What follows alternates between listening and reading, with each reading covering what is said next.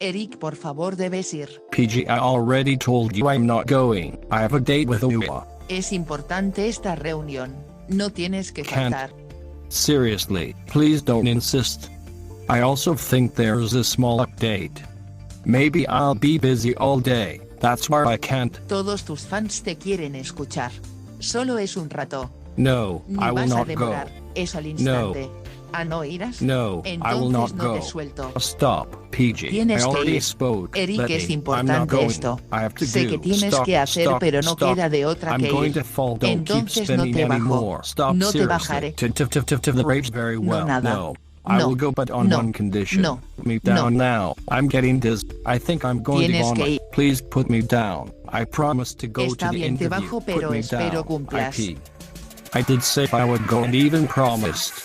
But I didn't say date and time. En You serio, pick ¿no? me up again. Vas a ver Stop. cómo te mareo. Hi. Please stop. Sin mentiras o It bromas was a joke tienes if que I'm ir. going. But don't No, turn nada. anymore. Tienes que I'll decir go, que but sí. if I get nervous, it's not my fault.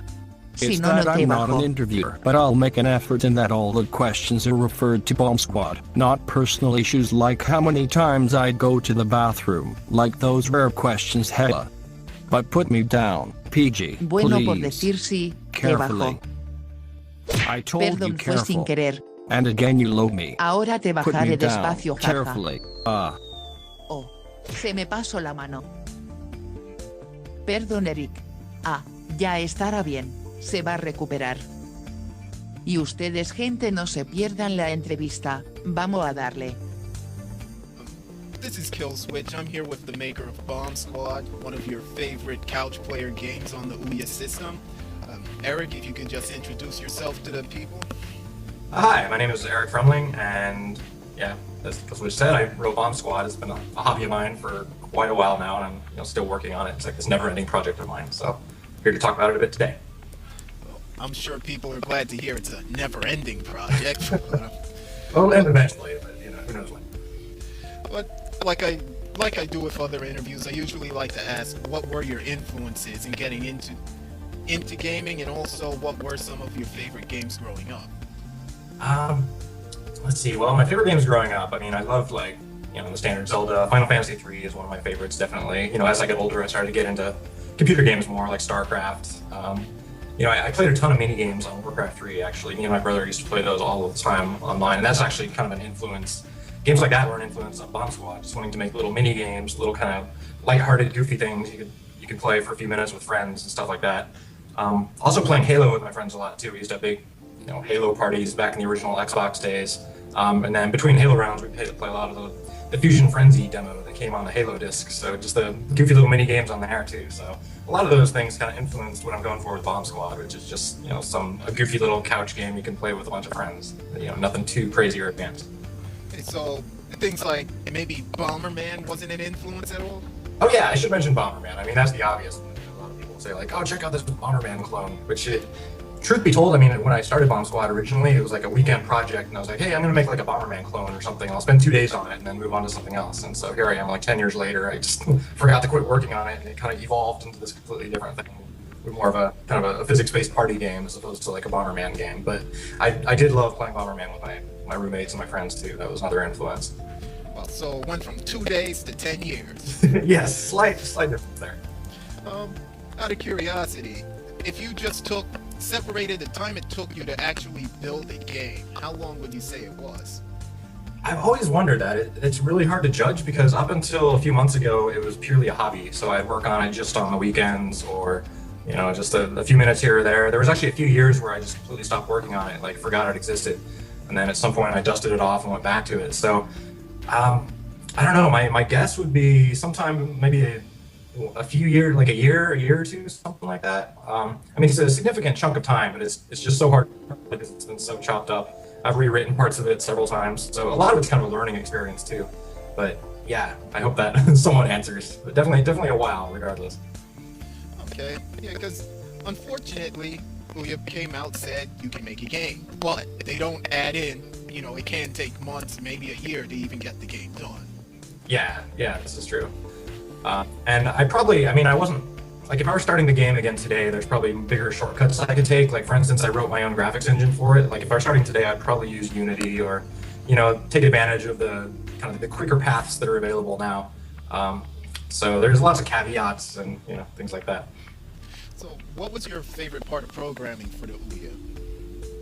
My favorite part of programming for the Ouya, well, just the ease of multiplayer stuff, I guess. Just the fact that it's built to be a multiplayer type system. So, I mean, I guess that's not really programming it. That's just kind of like what the system is. But probably my favorite part of programming it now is just the fact that it's a great, I don't want to say a test platform, but the fact that I can kind of iterate on the game and I can put out a new release and it'll be in everyone's hands later that day. It's a great platform for kind of experimenting and iterating and kind of letting the game evolve a bit without, I don't have to wait a week for Apple to approve an update or something like that. It's a good system to kind of have a game in progress, without, I try not to make it too buggy and stuff or put out, buggy test versions, but it is nice that I can really evolve the game as I go. Hope that answers the question. Great answer, actually. In my opinion, of course. Someone else may think different. But on the game, what made you include the smartphones, tablets, and all that as controllers? Because that's something you don't see too often. Yeah.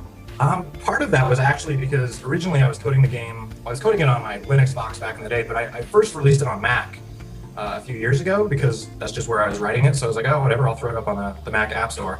And Mac is definitely not a couch multiplayer system. It's like, games there are expected to be, same as PC, expected to be network play and stuff like that. But I was writing a game that was intended to be like couch multiplayer. So I was like, most people aren't going to have a USB hub and 5 USB gamepads sitting around. I gotta make it easier for people to be able to play this game with more than one person. So that's why I was thinking like, oh, I could make a little phone app, or I could make make Wiimotes work with it, or just try to make it as accessible as possible and make the most things work with it as possible.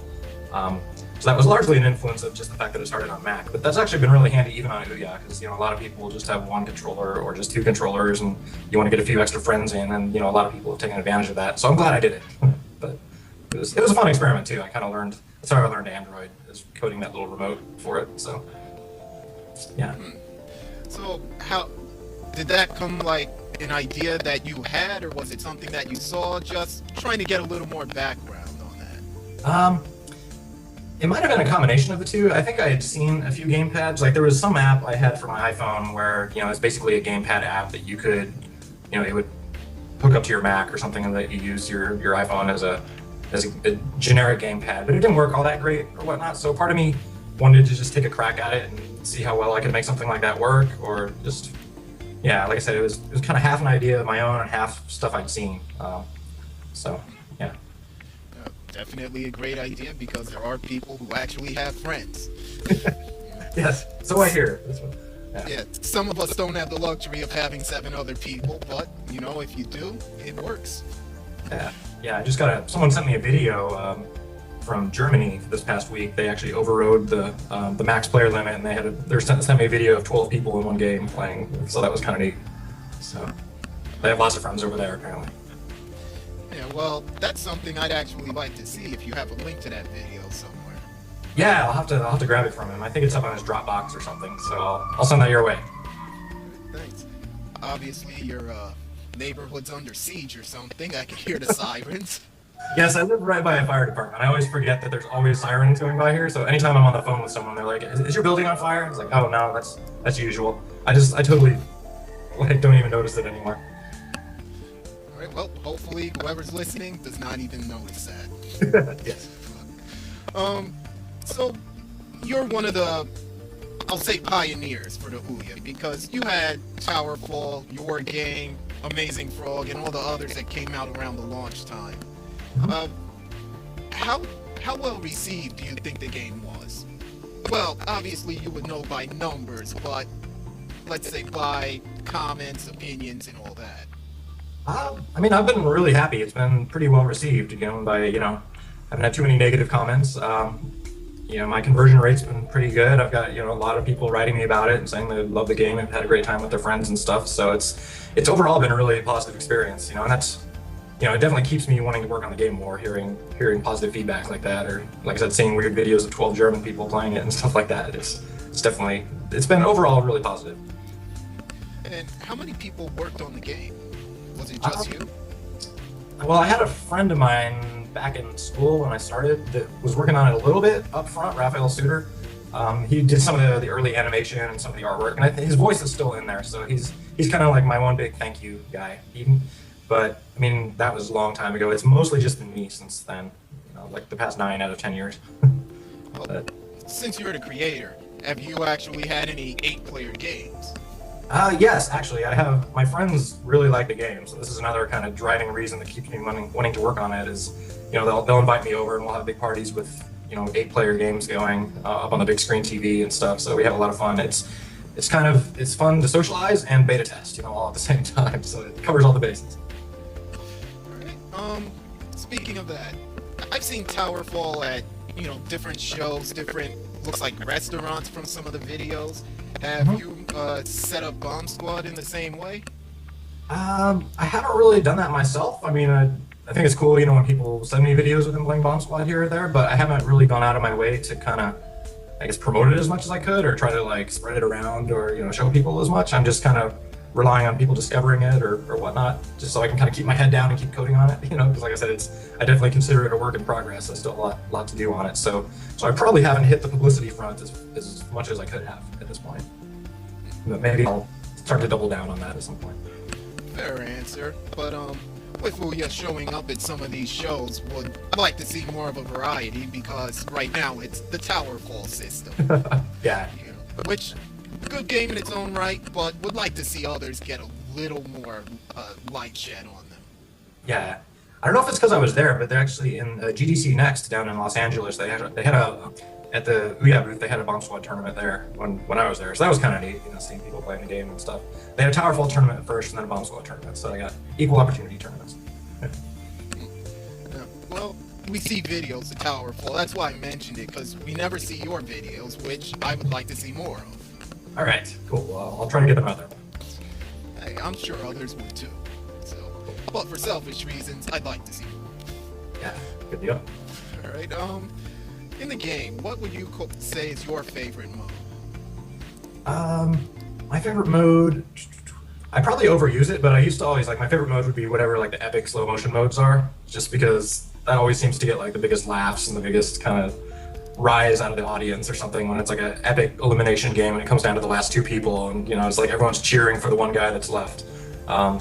So I guess it comes down to that for me, is whatever causes people to cheer most, and so those usually do it, just the epic slow motion ones. Sometimes football will do it too, or whenever it comes down to one little last moment, those are my favorites.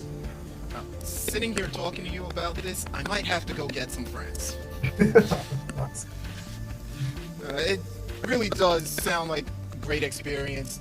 Right now, Ouya does have, unfortunately, there's an issue with networking, where it's a lot of couch gaming, but someone who's isolated doesn't have that opportunity.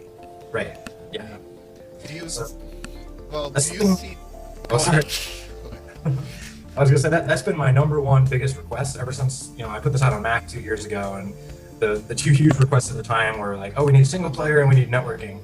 So I finally got some single player stuff in there. There's now the co-op modes where you can just play by yourself, but I'm still working on networking, because that's kind of the big cherry on top of the game. Once, I'm sure it won't be that simple, but I have this view of once I get networking in there, then I'll release it on all these other platforms, and then I'll be done with it, or something like that. But yeah, I mean, a lot of the couch multiplayer games, they're just kind of being firm and saying this is couch multiplayer only, we're staying this way. But with Bombsquad, I think it would be fun to have networking in there, so that is something I've been working on. My dream is to be able to sit down with 4 of my friends and take on 4 other random people online, so where it's kind of the best of both worlds. You get some network play in there, but then you can also just have 4 friends sitting around. So it's taken me forever, but I'm still feverishly trying to get network code working in there. So I'm hoping in the next few months, or I can't give any specific dates, but at some point, hopefully netplay will pop up. Fair enough. That's what I meant to ask you. What language did you use to program it in? It's mostly C and C++, for the low-level stuff, and then I have a a layer on top, which is like Python scripting that handles all the high-level game logic, but it's mostly all really pretty portable C++ code. So that's been really nice. You know, it's let me port it to the Android NDK, or I can run that on an iPhone or whatever. So I'm kind of glad I went platform agnostic with it in that way, just for portability. Okay. Well, I don't know if you've seen it. There's a game, and the second I saw the game, I thought, that's Bombsquad. It's a game out for, I believe it's the PlayStation 4. Basement Brawl, I believe is the name. Have you seen it? I haven't seen it yet. I'll have to take a note and check that out and see what that's about. Okay. Well, IGM just torched the game, said it was horrible, but it is a game that, as soon as I saw it, it looked like your game, and I'm noticing a lot of others recently that kind of have the same look. Oh, interesting. Huh. Yeah, I would wonder about that, because it is taking me, like, a long time to get this network play stuff and get ports done and this and that, so I wonder, like, people like this, I wonder, my fear, is that you see, like, a complete clone pop up somewhere or whatever, which I'm hoping that won't happen, but, there's always a worry. Yeah, selfishly, I was hoping that the Basement Brawl would fail, but, it's pretty close if you take a look at it. Okay. Shucks. Well, I'll have to go check it out then. Yeah, don't want to rush you on your development or anything, but there are people coming for you. All right. Shucks. Okay, well, I'm coding as fast as I can, but I'll try to code faster. Well, just so we know where you are with development, what are your future plans for the game? My future plans right now, there's, like I said, networking is the big thing. I have the game ported to several platforms, so it's basically ready to release once I get NetPlay in there, especially obviously it runs on Android because Ouya is Android, but I haven't released it on like Google Play or anything like that, or any kind of the bigger distribution channels, because I really want to get that NetPlay in there. If you're going to play it on like a handheld mobile device, I want you to be able to connect to other handheld mobile devices. You can't really have 8 people sharing a 4-inch phone screen all that easily, So NetPlay, of course, is the biggest thing, but then also I want to get some more like kind of modability stuff in there, being able to kind of, so people can come up with their own little mini games, or maybe make their own character skins, or come up with their own maps and stuff like that. I'd love to, I'm just one person, so it's like I'm kind of time limited in like the amount of things I can make as far as new characters and maps and stuff. But I'd love to see what the community could come up with, just to kind of open up the game a bit and see what happens. So that's the other kind of big thing on my plate that I'm working on. Have you thought about opening up maybe a map making contest?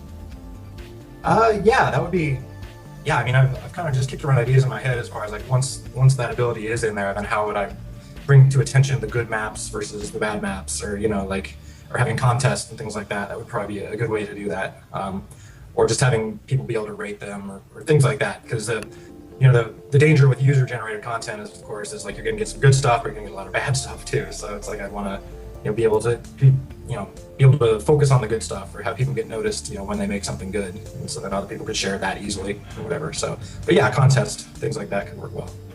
Well, if you're we do have a forum where you have plenty of fans. If you want, we could try to set something up. Cool. Yeah, that would be, I will definitely keep that in mind as soon as I get that feature in there, where it's possible. Right now it would be technically possible to kind of hack the game apart and add your own maps and stuff.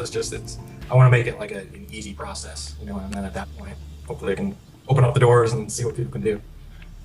All right, sounds good. Because as you know, you have your fan base there. We do run contests, as you know. You were one of the first to offer codes for one of the Christmas contests, which thank you again for that, because you got the ball rolling. Nice. Glad to hear. So, if you want to try a contest or something, we can hopefully set something. All right. Yeah, I'll definitely keep that in mind. Hopefully, it won't be too much longer before I get that in place. Yeah. Thank you. Do you have any other mini games in the work or anything, or just Bombsquad only? Well, I've got a lot of mini game ideas for Bombsquad. It's like, I'm almost thinking of Bombsquad as like an engine, where I can make mini games for that engine. So I've got a lot of ideas of little things that would be fun. I hope to be able to tackle some of them soon. And then just either release them as part of Bombsquad, or make them like little special things you can unlock, or something like that. But that's largely kind of how I conceptualize Bombsquad. It's just like this little engine that would allow me to kind of make little mini games as part of it. So I could, instead of having to start over every single time I want to make a new game, I could just like, oh hey, here's a new mini game. Just to be able to I thought it'd be a fun way to experiment. definitely a great idea. But let's just backtrack just a little bit. I forgot to ask you, what brought you to Ouya, since you were one of the first people out the gate?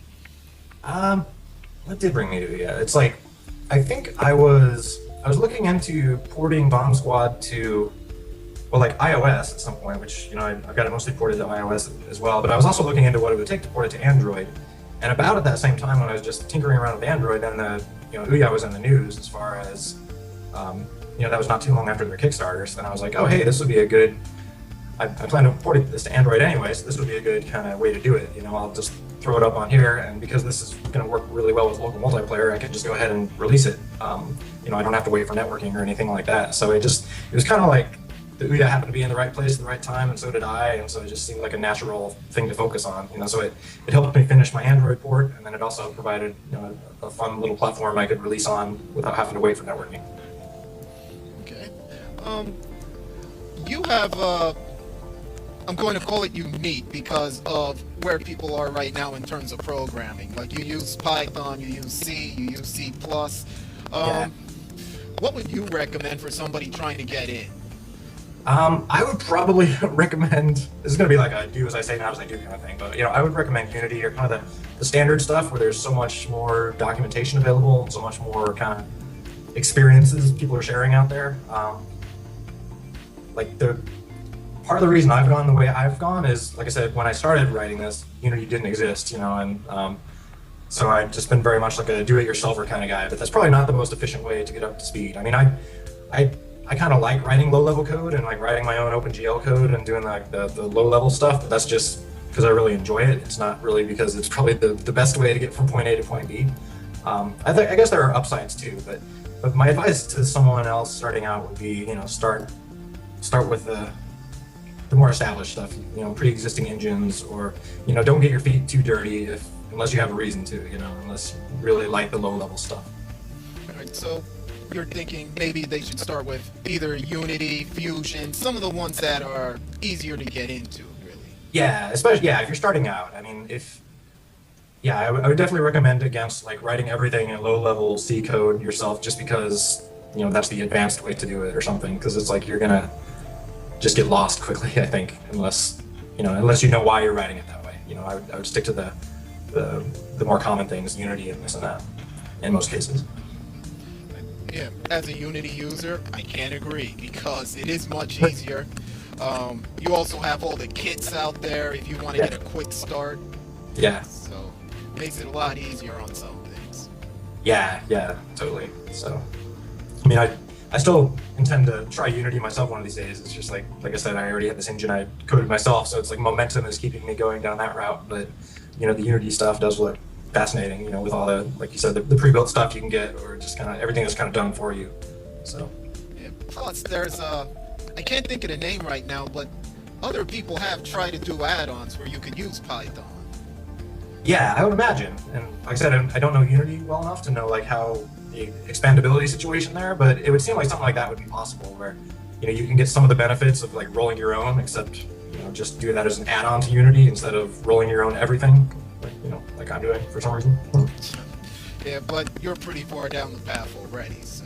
Yeah. So for me, the path of least resistance is probably staying on the path I'm on right now. But yeah, that's definitely, as advice to someone starting out, is definitely think about the Unity route. All right. Well, I'm out of questions for you. So, well, did enjoy having you here for the interview. If there's anything you'd like to leave the members with, any words of advice, plug another game, whatever, now's your time. All right, well, thanks for having me, and can't think of any words of advice. Just thanks everyone for the support. It's awesome that everyone likes the game. Not everyone, but if anyone wants to help test out new versions, or if you have any ideas for the game, or I always love hearing feedback as far as how people are playing it, or what people like or don't like about it, or what I should change going forward. Like I've said a lot, I still consider Bombsquad like a work in progress. I want it to kind of evolve over time, so I'd love to hear from people as far as directions people would like to see it evolve. So anyway, always feel free to contact me about that kind of stuff. And what would be the easiest way to contact you? Well, let's see. Well, I have my blog. It's froemling.net, FROEMLING.net. That's kind of where I post my latest up-to-date Bombsquad docs and this and that. Or you can just, if you look at my name, you'll find an email address for me. It's just my first name at my last name.net. So Eric@froemling.net. And your last name, you'll remember that. So. Yeah. Crazy weird German name. All right. Well, thank you for the interview. That was Eric Froemling, maker. Y pues así mi gente, espero logren entenderlo aunque a mí también me cuesta XD, si es así, compártelo con más amigos para que sepan de esta entrevista de Eric.